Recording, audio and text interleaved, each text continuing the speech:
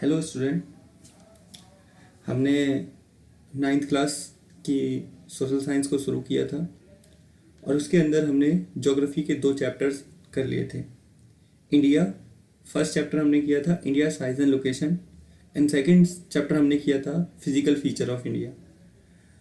आज हम कुछ और शुरू करने वाले हैं, यानी कि नई बुक शुरू करने वाले हैं जो कि आपकी सिविक्स की होगी, यानी कि डेमोक्रेटिक पॉलिटिक्स पार्ट 1। और डेमोक्रेटिक पॉलिटिक्स पार्ट 1 के अंदर आपके 2 चैप्टर आपके फर्स्ट टर्म के एग्जाम में आ रहे हैं, जिसमें एक है पहला what is democracy and why democracy, यानी कि एक चैप्टर का नाम है आपका व्हाट इज डेमोक्रेसी और आपका व्हाई डेमोक्रेसी, और दूसरा जो चैप्टर है आपका वो है कॉन्स्टिट्यूशनल डिजाइन। दूसरा चैप्टर जो है वो आपका वो कौन सा है, वो है आपका कॉन्स्टिट्यूशनल डिजाइन। तो आप एक बार ये देख लीजिए, एक चैप्टर आपका ये है जो आपसे फर्स्ट टर्म में पूछा जाएगा, what is democracy and why democracy, और दूसरा आपका ये है कॉन्स्टिट्यूशनल डिजाइन। तो आपको ये 2 चैप्टर तैयार करने हैं, ठीक है। तो आज हम इसी बुक को करते हैं और इस बुक का पहला चैप्टर का मतलब इस चैप्टर का नाम सुन लीजिए, what is democracy and why democracy. First chapter आपके सिलेबस से बाहर हो चुका है, तो जो सेकंड चैप्टर है आपकी बुक का उसी को फर्स्ट चैप्टर बना दिया गया है। तो हम उसी को शुरुआत करते हैं और उसी में जानने की कोशिश करते हैं कि क्या है डेमोक्रेसी, डेमोक्रेसी क्यों चाहिए हमें, डेमोक्रेसी के फीचर्स क्या हैं, डेमोक्रेसी का हिस्टोरिकल सेंस किस तरीके से डेवलप हुआ है, किस तरीके से डेमोक्रेसी दुनिया के अलग अलग देशों में डेवलप हुई है। ऑल काइंड इन्फॉर्मेशन हम गेन करने की कोशिश करेंगे हमारे इस चैप्टर के थ्रू, ठीक है। तो चलो शुरुआत करते हैं और जानने की कोशिश करते हैं इस चैप्टर के अंदर क्या है और किस बारे में बताया गया है। ओके, तो हम हमारे चैप्टर पे आ चुके हैं। चैप्टर 2 दे रखा है बुक में, देख लीजिए, ठीक है। चैप्टर का नाम है what is democracy why democracy. तो बच्चों, सबसे पहले हम ये जानने की कोशिश करते हैं कि आखिर डेमोक्रेसी क्या है, ठीक है। सबसे पहला हमारा टारगेट ये है कि डेमोक्रेसी क्या है, और फिर हम समझने की कोशिश करते हैं और जानने की कोशिश करते हैं बच्चों कि किस तरीके का रूल होता है और डेमोक्रेसी कैसे फंक्शन करती है। सबसे पहले आप 1 मिनट के लिए पूरे वर्ल्ड में मौजूद पॉलिटिकल सिस्टम को समझिए, ठीक है। पॉलिटिकल सिस्टम ऑफ वर्ल्ड समझिए, तब आपको ये टॉपिक ज़्यादा समझ में आएगा। जैसे मान लो एग्जाम्पल, हम बात कर रहे हैं पॉलिटिकल सिस्टम ऑफ वर्ल्ड, मैंने शॉर्ट फॉर्म लिखा है। देखो, पूरे वर्ल्ड में मेनली 3 टाइप का पॉलिटिकल सिस्टम होता है। अब ये कौन कौन से 3 टाइप हैं मैं बन करके आपको बताऊंगा। देखो, सबसे पहले होता है monarchy form of political system, जिसको हिंदी में बोलते हैं राजतंत्र। सेकंड पॉलिटिकल फॉर्म होती है, वो होती है बच्चों डिक्टेटरशिप, ठीक है, जिसको हम बोलते हैं हिंदी में तानाशाही। The third form of political system is democracy. क्या नाम होता है? डेमोक्रेसी। तो third form of political system होती है डेमोक्रेसी, यानी कि वर्ल्ड में आपको 3 टाइप का पॉलिटिकल सिस्टम देखने को मिलेगा। एक आपका first monarchy political system, monarchical, second dictatorship, और थर्ड आपका जो मिलेगा वो मिलेगा आपको डेमोक्रेसी। अब हम बच्चों यहीं पर समझ लेते हैं इनमें है क्या। देखो, in a monarchical form of government, the government mainly ruled by a single person. कहने का मेरा मतलब यह है, मोनार्किकल शासन व्यवस्था के अंतर्गत सरकार चलाने का काम एक व्यक्ति के द्वारा किया जाता है और वो व्यक्ति राजा होता है। राजा के पास ही यहाँ की सारी पावर होती हैं, चाहे वो एग्जीक्यूटिव पावर हो, चाहे वो लेजिस्लेटिव पावर हो, या फिर आपका वो जुडिशियल पावर हो। कहने का मतलब तीनों के तीनों पावर पर सिर्फ और सिर्फ एक ही सिंगल पर्सन का रूल होता है और वो होता है किंग। ओके, मेरा मतलब क्या है कि राजतंत्रीय शासन व्यवस्था के अंतर्गत सभी प्रकार की शक्तियों का उपयोग किसके द्वारा किया जाता है? सिर्फ और सिर्फ राजा के द्वारा, डेट मीन्स किंग के थ्रू किया जाता है। किंग ही लेजिस्लेचर हेड होता है, किंग ही एग्जीक्यूटिव हेड होता है और किंग ही आपका मोनार्किकल हेड होता है, बाकी किसी को भी इसमें इन्वॉल्व नहीं किया जाता। ओके, अब हम बात करते हैं डिक्टेटरशिप के बारे में। देखो, डिक्टेटरशिप और डिक्टेटरशिप भी बिल्कुल सेम है। All type of powers are enjoyed by the only single person. यहां पर भी सभी प्रकार की शक्तियों का उपयोग सिर्फ और सिर्फ एक ही व्यक्ति के थ्रू किया जाता है और वो होता है डिक्टेटर। एग्जाम्पल आपने देखा होगा नॉर्थ कोरिया के अंदर किस तरीके से किम जोंग वहां पे डिक्टेटर बने हुए हैं और सारी की सारी डिसीजंस वो अपने अकॉर्डिंग लेते हैं। ठीक है, तो ये हो गई बात यहाँ पे। अब सबसे इनोवेटिव फॉर्म ऑफ गवर्नमेंट है वो है बच्चों डेमोक्रेसी। डेमोक्रेसी, देखो डेमोक्रेसी को समझने के लिए आप सबसे पहले समझो डेमोक्रेसी क्या है। डेमोक्रेसी का अगर मैं एक लाइन में मतलब बोल दूं तो रूल ऑफ पीपल, यानी कि जनता का शासन ही क्या है, लोकतंत्र है। आपको याद होगा फेमस अमेरिकन प्रेसिडेंट ने एक बहुत अच्छी डेफिनेशन दी थी डेमोक्रेसी की। क्या? Democracy what? By the people, for the people and to the people. यानी कि डेमोक्रेसी को उन्होंने कहा जनता का, जनता के लिए, जनता के द्वारा शासन ही क्या कहलाता है, लोकतंत्र कहलाता है। यानी कि डेमोक्रेसी क्या है? Democracy is a form of government in which people has right to elect their representative. मेरा कहने का सिंपल सा मतलब यह है कि डेमोक्रेसी एक ऐसी व्यवस्था है जिसके अंतर्गत कौन, जनता अपने प्रतिनिधि का चुनाव अपने अनुसार कर सकती है। जनता अपनी मर्जी से अपने रिप्रेजेंटेटिव को इलेक्ट कर सकती है। इसी को कहा जाता है बेटा डेमोक्रेसी। तो होप्स हो कि अब आपको ये तीनों टाइप की फॉर्म समझ में आ गई होंगी, मोनार्किकल, डिक्टेटरशिप और डेमोक्रेसी। अब हम इस चैप्टर के आगे शुरुआत करते हैं और जानते हैं सबसे पहले डेफिनेशन। बच्चों इसमें सबसे पहले व्हाट इज डेमोक्रेसी के बारे में बता रखा है और यहाँ पर एक स्टोरी दे रखी है। हमें उस स्टोरी से कोई लेना देना नहीं है ज़्यादा, मैं उसको समझा दूंगा आपको। सबसे पहले आप यहाँ पर आ जाइए डेफिनेशन पर। A simple definition. क्या डेफिनेशन है बच्चों, जानने की कोशिश करते हैं। डेमोक्रेसी इज अ, क्या है? डेमोक्रेसी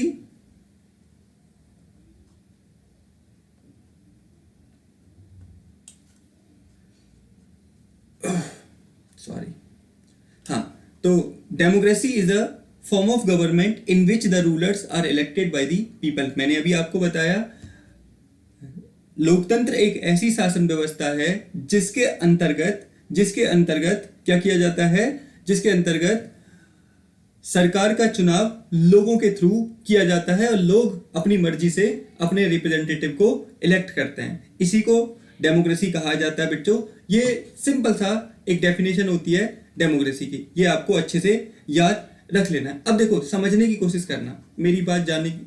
अब मैं अगर बात करूं इंडिया, मैं आपसे क्वेश्चन पूछ रहा हूं, मेरे को बताना आप। इंडिया और China both are neighbouring country, you guys already know about both countries, India and China. India is a democratic country, but China is a non-democratic country. Why we are called China is a non-democratic country? Because the head of the China is elected by the only some peoples of political party, of their political party. But in India, the head of the government was elected by the people of whole India. यानी कि मेरा कहने का मतलब यह है कि हम इंडिया को डेमोक्रेटिक क्यों कहते हैं? डेमोक्रेटिक इसलिए कहते हैं बच्चों क्योंकि इंडिया के अंदर जो सरकार के हेड हैं, जैसे रिप्रेजेंट में कौन है, हमारे prime minister Modi. Prime minister Modi को किसने इलेक्ट किया है? हमारे देश की जनता ने। ठीक है, तो इस वजह से हमारी गवर्नमेंट डेमोक्रेटिक गवर्नमेंट है। लेकिन बच्चों चाइना की गवर्नमेंट को डेमोक्रेटिक गवर्नमेंट नहीं कहा जा सकता। क्यों नहीं कहा जा सकता? क्योंकि चाइना की गवर्नमेंट का हेड कौन होता है? प्रेसिडेंट, जो अभी वहां के कौन है? Xi Jinping.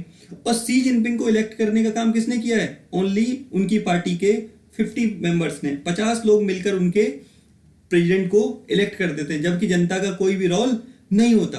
तो क्या हम कह सकते हैं China is a democratic country? Answer होगा नहीं। ठीक है, तो ये आपको यहाँ पे थोड़ा सा याद रख लेना। इसी तरह बच्चों आपकी बुक में यहाँ पे बता रखा है कि म्यांमार भी शुरुआत में क्या था? डेमोक्रेटिक नहीं था। ठीक है, डेमोक्रेटिक नहीं था, but at present Myanmar is a democratic country. ठीक है, Myanmar has democratic elected government under the leadership of Aung San Suu Kyi। तो ये सारी चीजें आपको याद यहाँ पे रख लेनी है। ठीक है, तो होप्स हो कि अब आपको ये चीजें समझ में आ गई होंगी कि डेमोक्रेसी का मतलब क्या होता है, डेमोक्रेसी क्या है और किस तरीके से डेमोक्रेसी वर्क करती है। तो होप सो अब आपको समझ में आ गई होंगी। ठीक है बच्चों, चलिए अब हम बात करते हैं यहाँ पर फीचर्स ऑफ डेमोक्रेसी। ध्यान से सुनना, एक एक करके हम सारे फीचर्स की बात करेंगे और जानेंगे क्या क्या फीचर्स हैं हमारे डेमोक्रेटिक मेथड के अंदर। उन सारी चीज़ों को समझने की कोशिश करेंगे बच्चों और देखेंगे फीचर्स क्या हैं। ठीक है, अगेन एक बार हम लोग सबसे पहले डेफिनेशन पर नजर डालते हैं। तो क्या है definition? Democracy is a form of government in which the rulers are elected by the people. मैंने अभी आपको बता दिया डेमोक्रेसी की सबसे अच्छी डेफिनेशन क्या है बच्चों? Democracy is a form of government in which the rulers are elected by the people. यानी कि मेरा कहने का मतलब क्या है, डेमोक्रेसी एक ऐसी फॉर्म है, सरकार की एक ऐसी फॉर्म है जिसके अंदर सरकार का चुनाव जनता के द्वारा किया जाता है।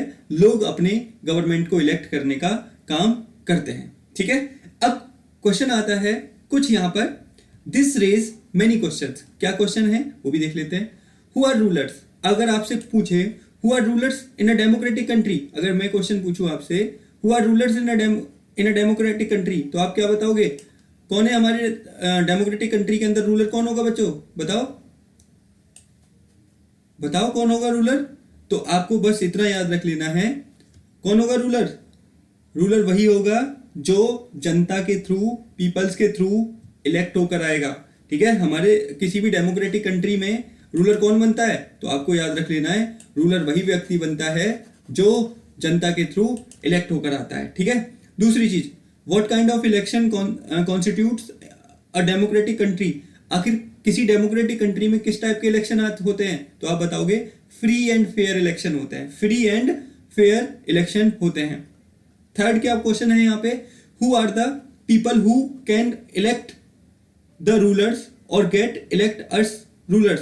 यानी कि हु आर द, आखिर वो कौन लोग होते हैं जो रूलर्स इलेक्ट होते हैं? तो आप बताओगे common people of democratic country take participation in the election process and they are become representative of the nation. यानी कि किसी देश के कॉमन पीपल, किसी देश के आम नागरिक इलेक्शन प्रोसेस में पार्टिसिपेट करते हैं और इलेक्शन प्रोसेस में पार्टिसिपेट करने के बाद वो इलेक्शन जीत कर आते हैं और फिर हमारे देश के क्या बनते हैं? रिप्रेजेंटेटिव बनते हैं। जैसे in India in 2019 prime minister Modi and their number of candidate take participation in the election process and they get huge victory.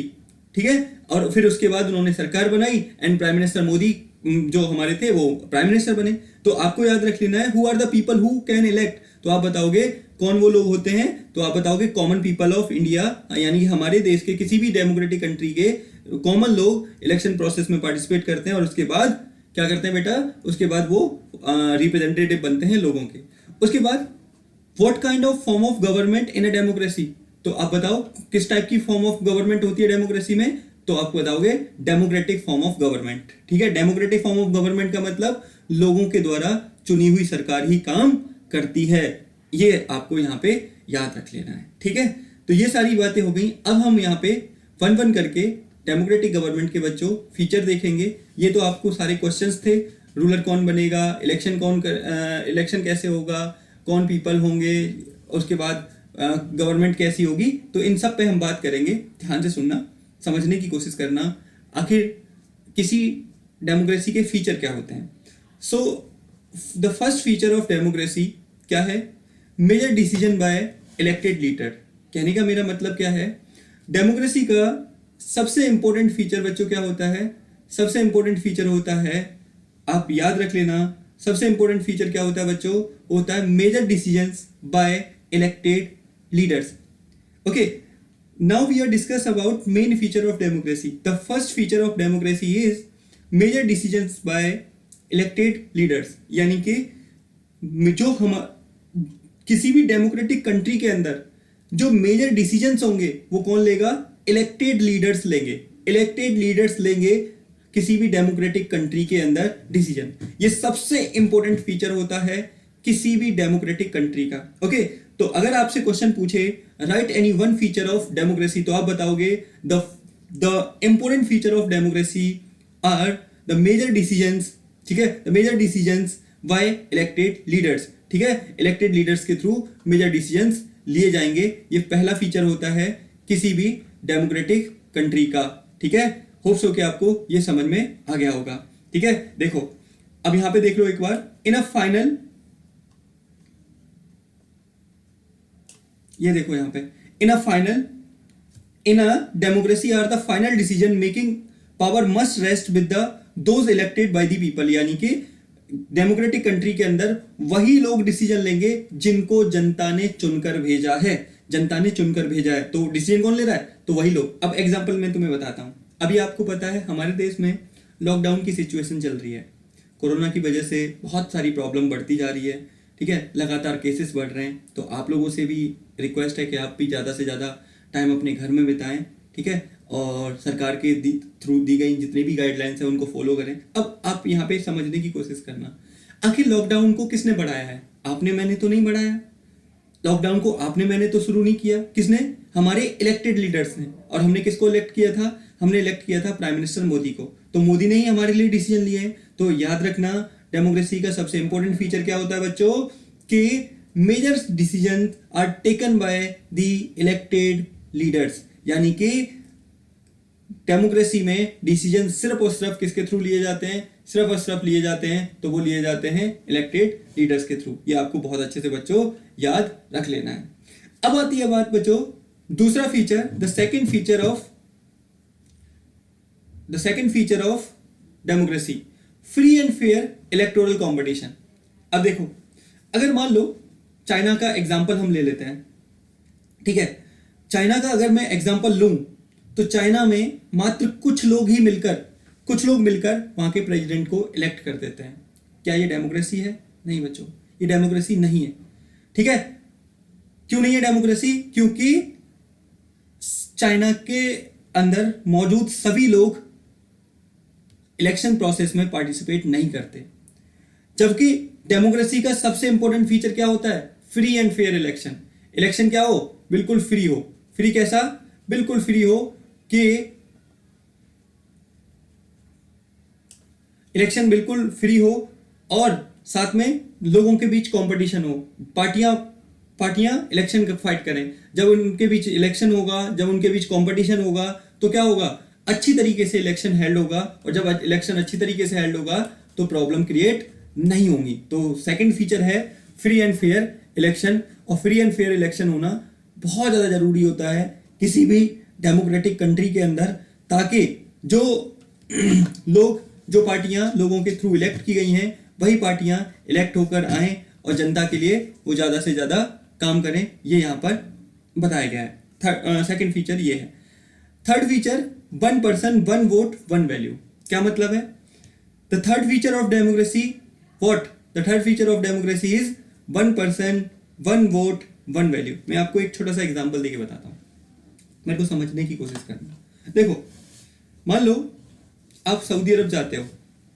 Saudi अरब जाओ मत, मतलब थोड़ा सा एग्जांपल समझ लो। मान लो हम सऊदी अरब की बात करते हैं, ठीक है। अब देखो, सऊदी अरब के अंदर मेल फीमेल दोनों होंगे, डेफिनेटली होगा। ये तो प्रकृति की नॉर्मल सी कहानी है।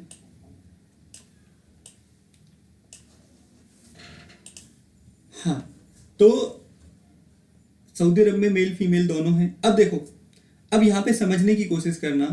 देखो, मान लो जब कोई मेल वोट डालने जाता है तो उसके वोट की वैल्यू फीमेल के वोट के वैल्यू से ज्यादा होती है। यानी कि मान लो मेल के वोट की वैल्यू है 5, एग्जाम्पल बोल रहा हूं, और फीमेल के वोट की वैल्यू होती है 2।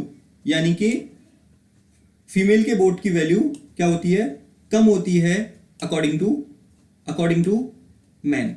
ये आपको यहां याद रख लेना है। क्या फिर हम सऊदी अरेबिया को एक डेमोक्रेटिक कंट्री बोलेंगे? आंसर होगा नहीं। क्यों नहीं बोलेंगे? The third feature of democracy is what? 1 person 1 vote 1 value.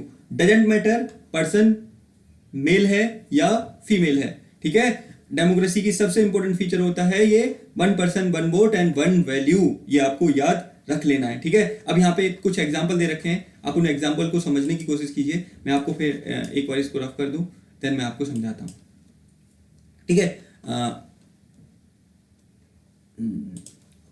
हाँ, अब आप यहाँ पे देखिए क्या है, in Saudi Arabia women do not have the right to vote. अब सऊदी अरेबिया में वुमेन्स को तो राइट टू वोट ही नहीं है, या फिर वोट है तो उनके वोट की वैल्यू क्या है, बहुत कम है। और वोट की वैल्यू कम है तो क्या आप कहोगे कि सऊदी अरेबिया एक डेमोक्रेटिक कंट्री है? तो आंसर होगा नहीं, हम नहीं कहेंगे। दूसरा, Estonia has made its citizenship rules in such a way that people belonging to Russian minority find it difficult to get the right to vote.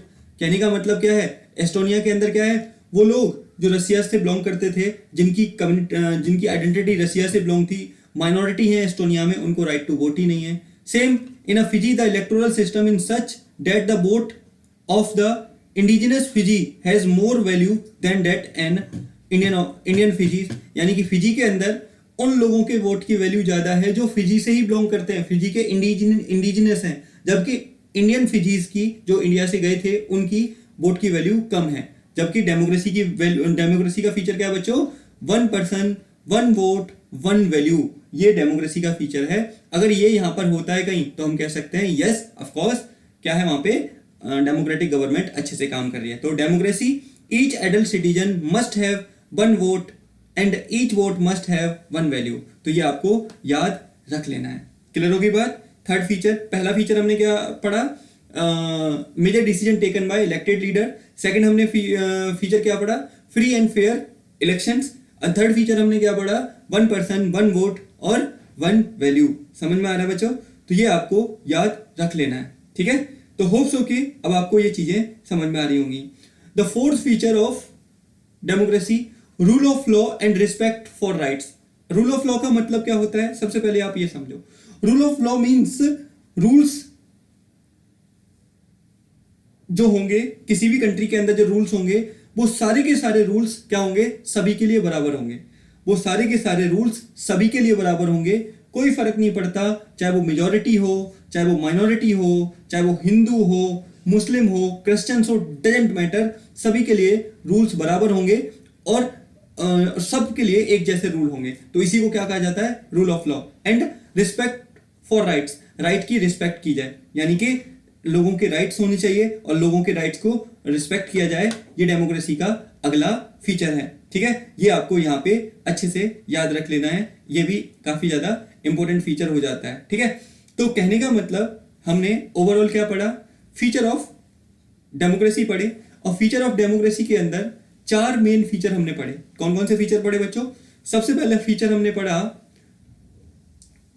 क्या पढ़ा, major decisions taken by elected leader. First हमने पढ़ा। Second हमने क्या पढ़ा, free and fair election competition.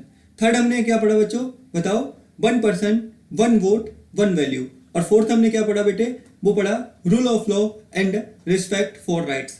तो कहने का मतलब these 4 important features of democracy. Hopes हो कि आपको ये बहुत अच्छे से समझ में आ गया होगा डेमोक्रेसी के बारे में, डेमोक्रेसी से रिलेटेड, ठीक है। तो ये चीजें आपको समझ में आ गई होंगी। फिर यहाँ पे ये डेफिनेशन अगेन वही दे रखी है, तो ये सारी चीजें आप यहाँ पे देख लेना, ये आपको याद रख लेना है, ठीक है। अब देखो इसके बाद जो हम टॉपिक करेंगे वाई डेमोक्रेसी। लेकिन बच्चों आज के लिए इतना ही करते हैं, ठीक है। इसको नेक्स्ट क्लास में हम कंप्लीट कर लेंगे और ये हमारा पूरा चैप्टर हो जाएगा। तो आप इसे कम से कम 2 बार पॉज कर करके देखना ताकि आपको बहुत अच्छे से समझ में आ जाए, और साथ में कॉपी पेन लेके बैठना और अपने नोट्स साथ के साथ बच्चों बनाते रहना, ठीक है। तो आज के लिए इतना ही करते हैं, नेक्स्ट मिलते हैं हम क्लास में, और उसके बाद हम हमारा ये चैप्टर कंटिन्यू करेंगे जिसका सेम चैप्टर होगा और टॉपिक होगा वाई डेमोक्रेसी। ओके बच्चों, चलो आज के लिए इतना ही। Thank you so much, stay safe, stay home and good luck.